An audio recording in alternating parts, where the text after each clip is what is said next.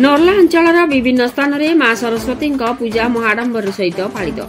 विद्यादात्री माँ सरस्वती पूजा गाठू सहर उत्सव मुखर थिबा बेले कलाहांडी जिला नर्ला अंचल विभिन्न सरकारी बेसरकारी अनुष्ठान सहित नर्ला डिग्री कॉलेज, सरस्वती शिशु विद्या मंदिर, mountain school, specific public school रे मध्य रीतिनीति अनुसार मां को पूजा अर्चना करा जायछि।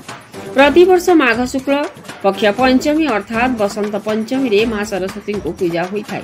एही दिन रे जे कोनोसी कार्य कले शुभ होइथाय बोली हिंदू शास्त्र रे वर्णित थिबारु लोक एही दिन रे विवाह, व्रत, घर प्रतिष्ठा इत्यादि कार्य मान करथांती। मां सरस्वती करुणा बिना कोनोसी भी साधक सफलतार शीर्ष रे पहुंचीबा संभव नुहे।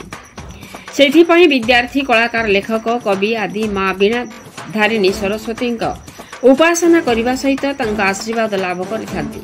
नर्लारू जगतराम साहू सहित दीपक ठाकुर रिपोर्ट, मसीहा न्यूज। आपण मसीहा न्यूज यूट्यूब चैनल को सब्सक्राइब कलेनी कि? जदि करिनाहंती एबे करिनियंतु। एहा सह मसीहा न्यूज रो फेसबुक पेज को और ट्विटर को फॉलो करंतु। ता सह मसीहा न्यूज रो ऐप आसी गलानी। निज मोबाइल रो प्ले स्टोर रो डाउनलोड करनियंतु। जय जगन्नाथ। टाइम देखिए ना स्टार्ट कराइला मन दिपरा टाइम भी जोड़ी जे पूजा देखि टाइम पूजाटा शांति सुखा रही जे। मैं तो वो हमर संवादिक भाई जगत भाई और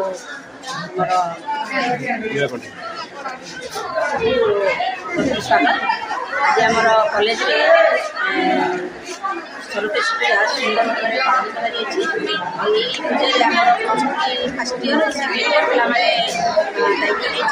फाइनल फाइनल इयर से बर्तमान गेस्ट हिसाब से आम कॉलेज रे समस्त सरस्वती पूजा को उपभोग कर आशीर्वाद नहीं पूजा भी पूजा आज आम प्रिंसिपाल कौन कम रही आबसेंट रही अन्य स्टाफ समस्त टीचिंग नन टीचिंग समस्त सहयोग पिला सहयोग सुंदर भाव टाइम पूजा आरंभ होती पुष्पांजलि दि जाइए आउ से पिला आनंद उत्साह समस्त माँ सरस्वती आशीर्वाद समस्त थाऊ समस्त भल रिजल्ट हो बोली मोर आशा उद्देश्य माँ प्रार्थना पिला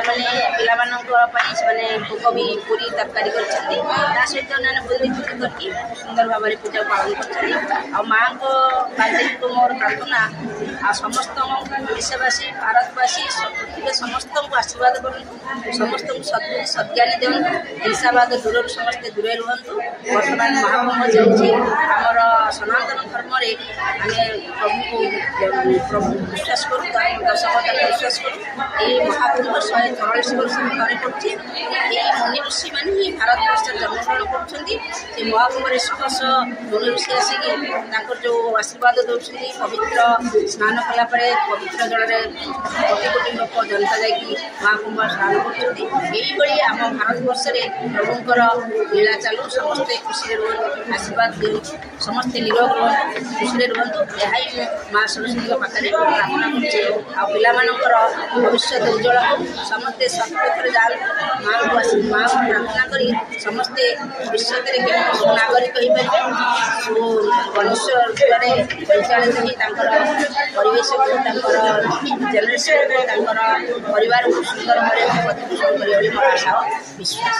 आज आम पीएस डिग्री कॉलेज नर्ला बहुत सुंदर भाव सरस्वती पूजा अनुष्ठित होता से समस्ते जोग देते आ बहुत खुशी लगे समस्त शिक्षक मैंने समस्त छात्र छात्री मैंने सहयोग करते बहुत सुंदर भाव में पूजा अर्चना डिग्री कॉलेज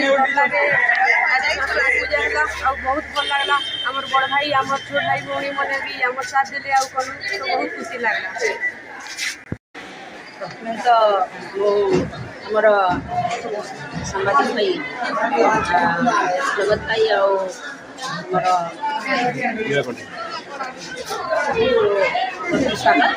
आज आमर कॉलेज रे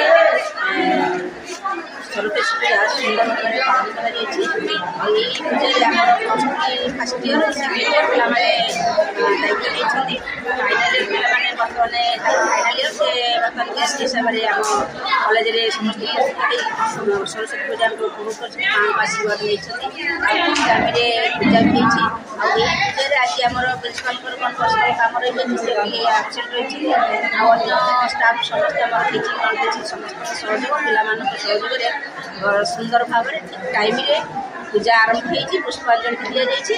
ଆଉ ସେଥିପାଇଁ ପିଲାମାନଙ୍କ ଆନନ୍ଦ ଉତ୍ସାହରେ ସମସ୍ତେ ମା ସରସ୍ୱତୀଙ୍କ ଆଶୀର୍ବାଦ ସମସ୍ତଙ୍କ ଥାଉ, ସମସ୍ତଙ୍କର ଭଲ ରେଜଲ୍ଟ ହଉ ବୋଲି ମୋର ଆଶା ଅନୁଷ୍ଠାନ ମାଆଙ୍କ ପ୍ରାର୍ଥନା। ଆଉ ପିଲାମାନଙ୍କ ପାଇଁ ସେମାନେ ଭୋଗ ବି ପୁରୀ ତରକାରୀ କରିଛନ୍ତି, ତା ସହିତ ଅନ୍ୟାନ୍ୟ ବୁଦ୍ଧି କରିକି ସୁନ୍ଦର ଭାବରେ ପୂଜା ପାଳନ କରିଛନ୍ତି। ଆଉ ମାଆଙ୍କ ବାର୍ଦ୍ଧକ୍ୟକୁ ମୋର ପ୍ରାର୍ଥନା ଆଉ ସମସ୍ତ ଓଡ଼ିଶାବାସୀ ଭାରତବାସୀ ପୃଥିବୀରେ ସମସ୍ତଙ୍କୁ ଆଶୀର୍ବାଦ କରନ୍ତୁ, ସମସ୍ତଙ୍କୁ ସଦ୍ଜ୍ଞାନୀ ଦିଅନ୍ତୁ, ହିଂସାବାଦ ଦୂରରୁ ସମସ୍ତେ ଦୂରରେ ରୁହନ୍ତୁ।